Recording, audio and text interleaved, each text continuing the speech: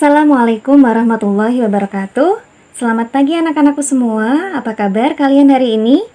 Saya berharap kalian dalam keadaan sehat walafiat dan semoga kita semua selalu dalam lindungan Allah Subhanahu wa Ta'ala dimanapun kita berada. Nah, di pertemuan kita pertama yang kemarin, saya telah mengajak kalian untuk mengenal apa itu sejarah kebudayaan Islam dan untuk apa sih kita belajar sejarah kebudayaan Islam. Nah, kali ini saya ingin mengajak kalian untuk masuk ke bab di materi kelas 10, yaitu bab 1, yaitu perkembangan Islam masa Rasulullah periode Makkah. Nah, sebelumnya mari kita gambar terlebih dahulu peta konsep apa saja yang kita pelajari nantinya. Nah, ketika kita membahas dakwah periode Makkah, maka akan ada cakupan materi yang ada di dalam materi tersebut.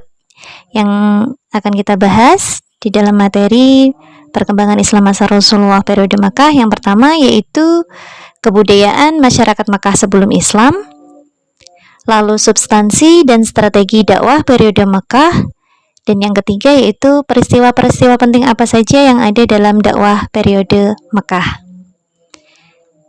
Nah, sekarang yang akan kita bahas pertama yaitu kebudayaan masyarakat Makkah sebelum datangnya Islam. Para ahli sejarah menyebut masa sebelum kehadiran Islam yang dibawa oleh Rasulullah SAW sebagai masa jahiliyah.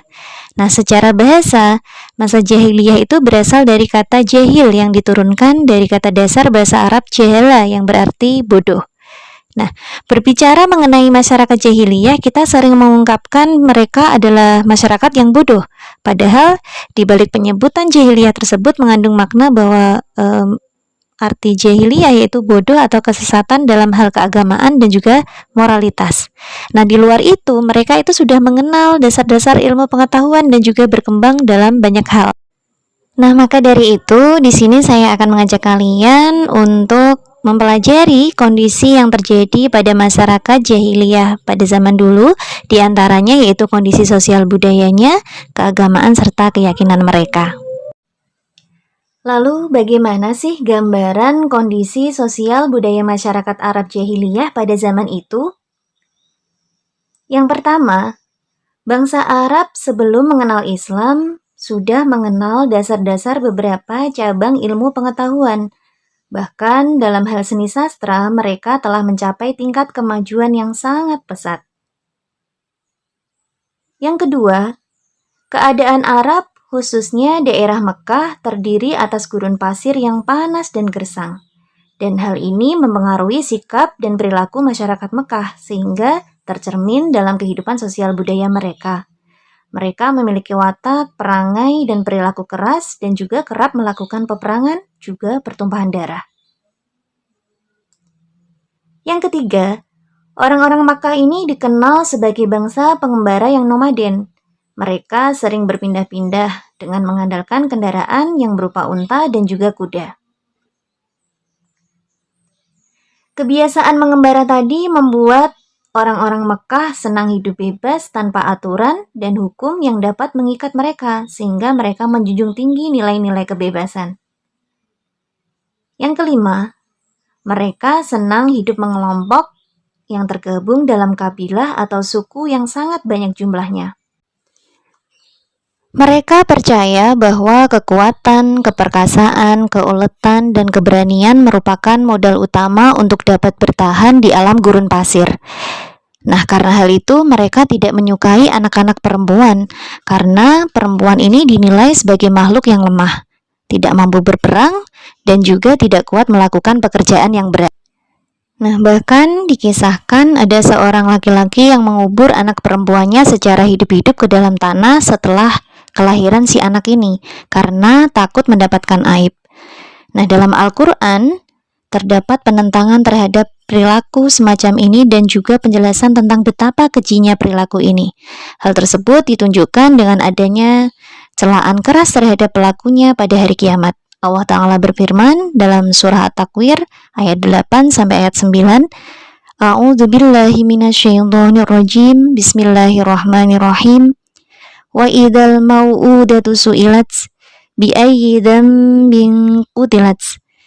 Yang artinya, Dan apabila bayi-bayi perempuan yang dikubur hidup-hidup tadi ditanya, karena dosa apakah dia dibunuh? Nah, setelah kita mengetahui gambaran dari kondisi sosial budaya masyarakat Arab pada zaman jahiliyah, lalu bagaimana dari segi keyakinan mereka atau keagamaan mereka? Nah, dari segi keyakinan, bangsa Arab pada masa jahiliyah ini terbagi menjadi beberapa golongan. Yang pertama, yaitu golongan yang mengingkari Sang Pencipta dan juga hari kebangkitan. Jadi, mereka ini percaya bahwa alam, masa, dan juga waktulah yang bisa membinasakan segalanya. Golongan yang kedua, yaitu golongan yang mengakui adanya Tuhan, tapi mengingkari hari kebangkitan. Jadi, walaupun kelompok ini mengetahui adanya Tuhan, namun mereka mengingkari adanya hari kebangkitan. Golongan yang ketiga, yaitu golongan yang menyembah berhala.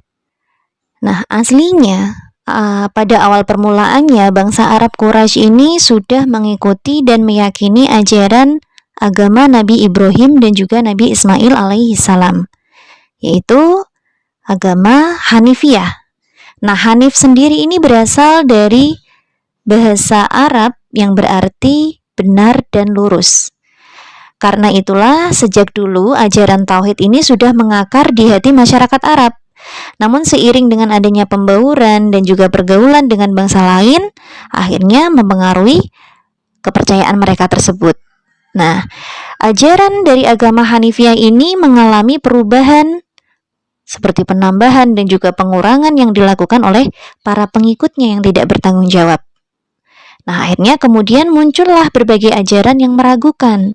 Salah satunya juga muncul ajaran penyembah berhala yang dibawa oleh Amr bin Lubay al-Huzai. Nah, di antara banyaknya berhala sesembahan dari bangsa Arab jahiliyah pada zaman itu, ada 4 berhala yang cukup populer. Yang pertama yaitu berhala Hubal. Nah, menurut riwayat, berhala Hubal itu terbuat dari batu akik yang berwarna merah, lalu dibuat seperti orang, dan tangan sebelah kanannya ini sudah patah. Nah, kemudian setelah menjadi berhalanya kaum Quraisy, mereka membuatkan tangan dari emas sebagai ganti dari tangan yang patah tadi.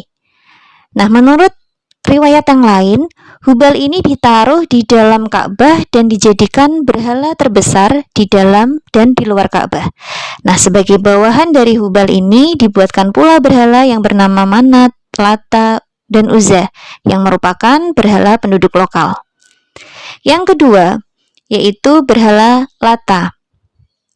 Nah, menurut kepercayaan mereka, Lata ini dianggap sebagai berhala dewi yang disembah oleh bangsa Arab jahiliyah pada zaman itu dan dianggap sebagai salah satu dari anak Tuhan, ya, bersama Manat dan juga Uzza. Nah, jadi Lata ini memiliki arti sang dewi. Yang ketiga yaitu berhala Uzza. Nah, berhala ini dianggap sebagai salah satu anak Tuhan juga, ya. Nah, Uzza ini dianggap sebagai dewi perang suci dan yang paling muda di antara berhala dewi yang lain. Berhala pohon dari Salam yang terletak di lembah Nakhlah yang terletak antara Mekah dan Taif.